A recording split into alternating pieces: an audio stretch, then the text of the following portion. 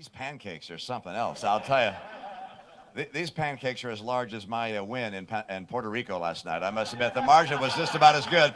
That is really something. You haven't gone to work on this pancake yet. No, I haven't. I'm too nervous to eat it. Oh, come on.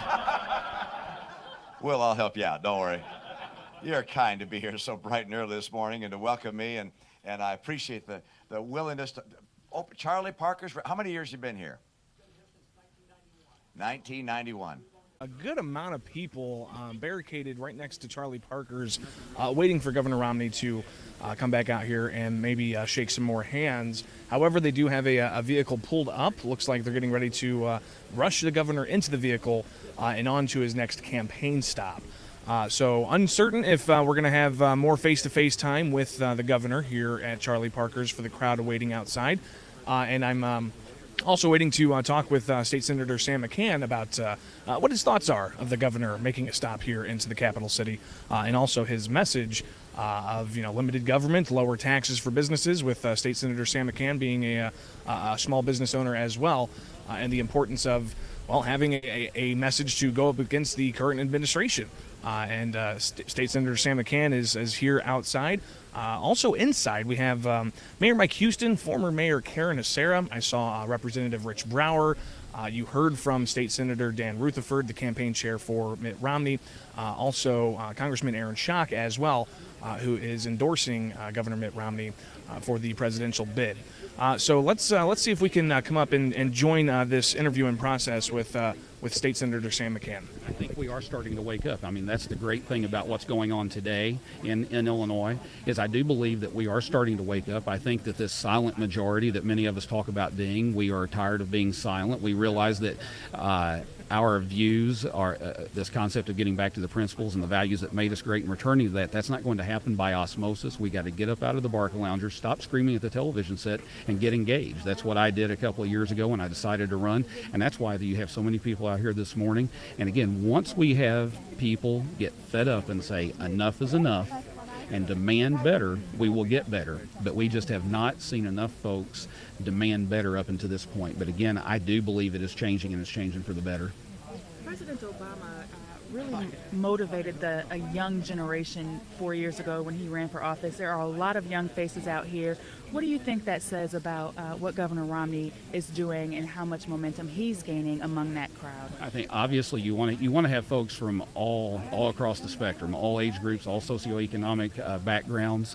But I think the youth realize that what President Obama was saying before, it almost sounded too good to be true. It sounded like a fairy tale. And I think so many folks of all age groups were hoping that the fairy tale could come true, that we obviously realize now that if it sounds too good to be true, it usually is, and it was. And so now again, they're looking for someone who has real life experience, someone who didn't just get out of school and then become a bureaucrat and then become an elected official. One I see as a lawmaker, I've been there for 14 months as a legislator here in the state of Illinois, and one of the most dangerous things that can happen is lawmakers and then the executive branch enforcing those laws. Folks are there, so many folks that are there have never really experienced life, and so they're thusly making laws that affect society. It's a society that many of them have never really been a part of. They've always been on the detached, almost in a subgroup. And so I think, again, whether it's the youth here, whether it's the older folks, whether it's those of us in the middle, we're looking for leadership, and that's what I'm looking for from a presidential candidate, and that's what I want to offer to my constituents, is leadership. What does it mean that Governor Mitt Romney is here in the capital city, in a state that usually isn't really heavily contested by GOP contenders?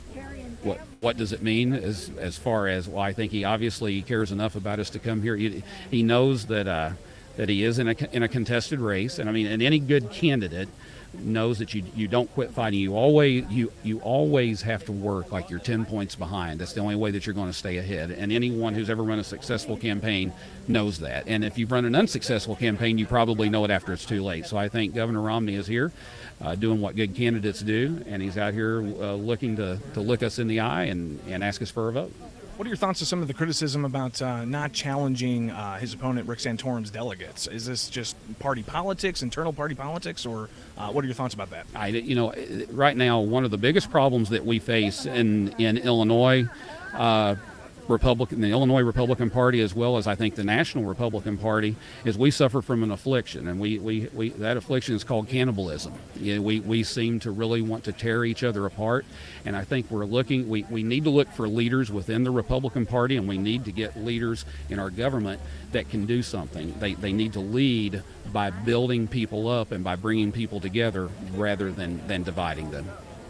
Thank you very much. That was State Senator Sam McCann here outside of the Governor Mitt Romney speech at Charlie Parker's Diner on 970 WMAY. Let me know what day of the week that would be best. Oh, it'd be Wednesday at about 11. Wednesday about 11? Downtown studio.